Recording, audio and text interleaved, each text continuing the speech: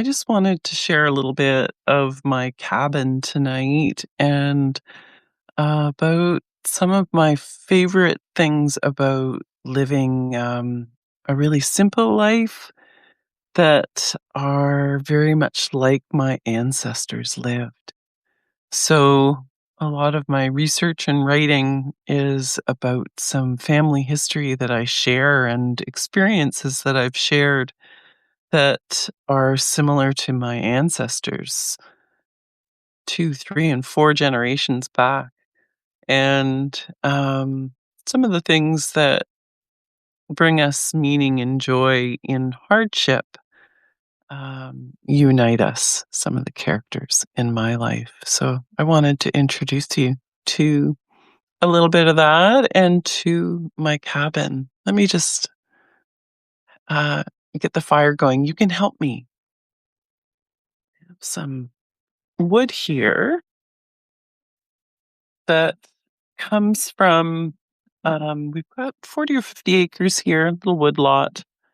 And I had the privilege today of spending time in the woods with one of my favorite people. My boys are my favorite people. One of my boys. And they helped me do it's just my favorite things to do. Um, And it was also my grandfather's favorite thing to do on my mother's side, just to tend the woods. Um, we have all of these um, standing dead ash trees and um, lower branches that need trimming and tending, and going into the forest and taking care of it eliminates a fire risk, but I get to come home with all these cute little pieces of standing dry dead wood whenever I need it. And so it was a true joy today to spend that time, have a little fire in the woods, to leave the woods behind me a better place than I found it, and to use what was already dead to heat my little cabin and make, not from here on in, such a big footprint on the world. So here's my little cabin on my parents' farm in Callander, Ontario. I have some of my favorite things in here that came from the farm that we had in Rutherglen, where I loved nothing more than tending the woods. It was just the best thing in the world.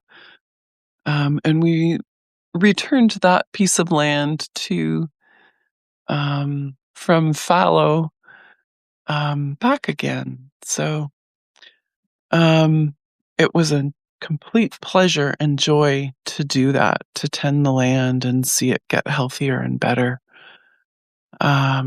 And it's a joy to do it here now on my parents' farm. I'm here writing largely. Here's something that we'll read in another session.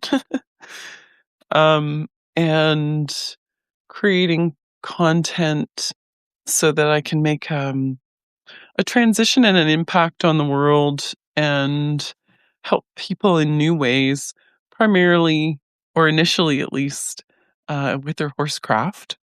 But then there's some other stories to tell as well. So I get to do that here.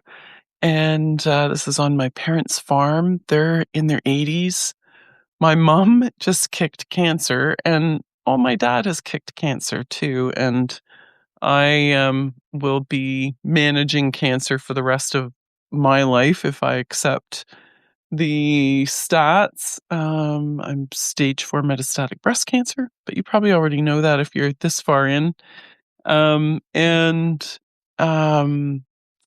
we will talk in some other threads about what that means. It does inform your perspective. So not to like beat the drum or anything, and I don't want anybody to feel sorry for me, because I think that it is a privilege.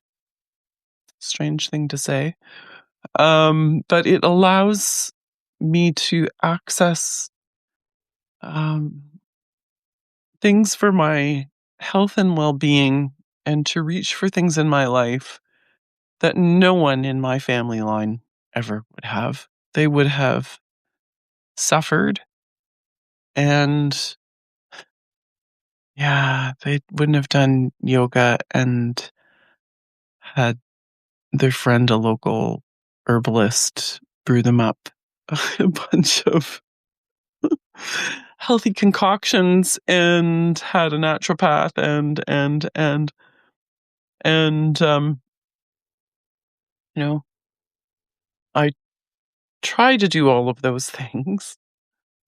And when I get caught up in production phase, and sometimes when I'm producing a lot of stuff, I'll do those things later, I think, right? I neglect some of those things a bit, then I don't feel as well. So I am finding it certainly not, maybe not a full-time job, but a decent half-time job at least, just to maintain my health, go to the doctor's appointments, and get all the scans and whatnot that they want to do. They like to do those every 3 months, which is a bit of a drag.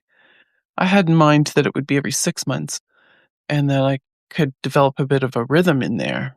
And I find every 3 months has been um, interesting to plan for. Although the limbo it has caused, and um, the sort of immobilizing factor that I can't just go on another adventure right now because on March 5th I've got another scan, has forced me to face things that I would not have if I was off on another adventure.